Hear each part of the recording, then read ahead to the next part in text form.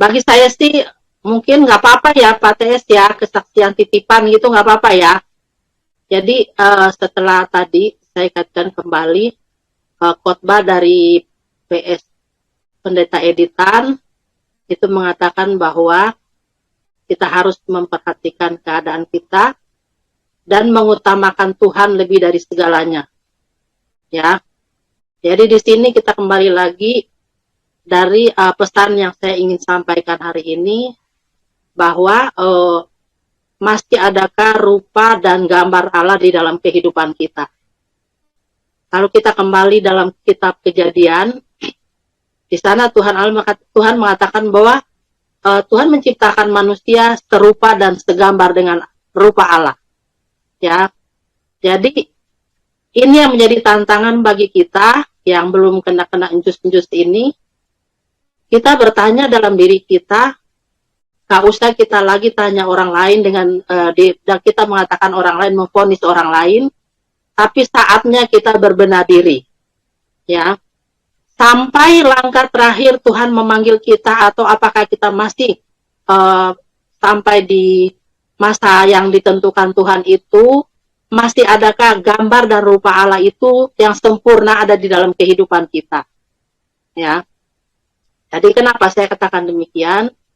Karena titipan dari hamba Tuhan mengenai kesaksiannya beliau, bahwa satu saat beliau dipercayakan untuk melayani di satu gereja. Ya. Dan sebelum melayani, jadwal itu sudah dijadwalkan jauh-jauh hari ya. Jadi beliau ini mengambil puasa selama 21 hari. Ya.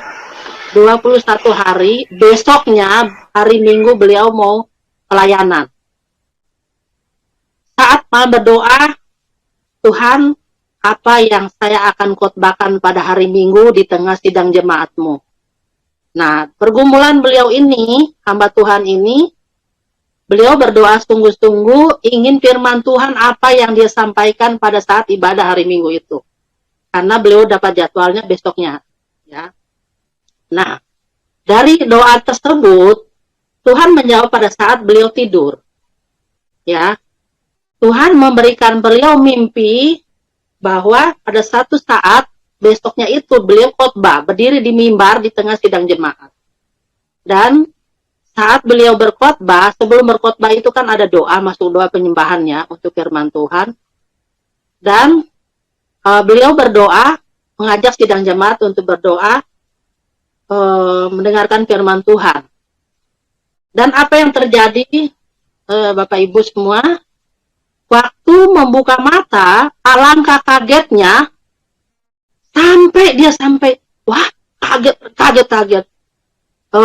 Beliau diperhadapkan dengan situasi keadaan di mana sidang jemaat semua sudah berubah. Ya, sudah berubah wujudnya, kepalanya sudah berubah menjadi bermacam-macam jenis binatang. Ya. Aduh, luar biasa ya saya mendengar kesaksian ini. Tuhan sangat luar biasa ya. Tuhan memberitahu kepada kita bahwa pentingnya kita mempertahankan hidup kita di hadapan Tuhan. Itu iman kita maksud saya ya. Jadi pada saat dia melihat keadaan sidang jemaat itu terdiam. Dia kaget, kenapa jadi begini? Ada yang jadi ular ya. Nah, anehnya di dalam ibadah itu ada Pak RW, Pak RW ya. Nah, Pak RW ini mau maju, mau mematok hamba Tuhan tersebut. Karena apa? Hamba Tuhan tersebut memanggil temannya, mau kasih tahu bahwa ini loh keadaan, kamu lihat di sini deh, keadaan kamu lihat ini sidang jemaat sudah seperti ini gitu loh. Nah, akhirnya si Pak RT ini mematok hamba Tuhan ini, akhirnya tapi lolos ya, sampai Tuhan lindungi, nggak sampai kena gitu ya. Akhirnya waktu dia memanggil temannya ini sesama hamba Tuhan, karena di dalam gereja itu tinggal mereka berempat yang belum diinjus gitu ya. Salah satunya hamba Tuhan tadi satu, sidang jemaat satu, gembalanya satu. Ya, jadi mereka berempat.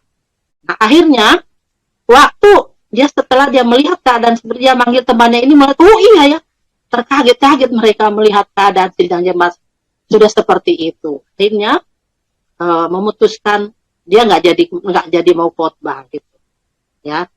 Nah akhirnya pada saat dia terbangun, besoknya dia nggak mau melayani lagi, nggak mau datang lagi.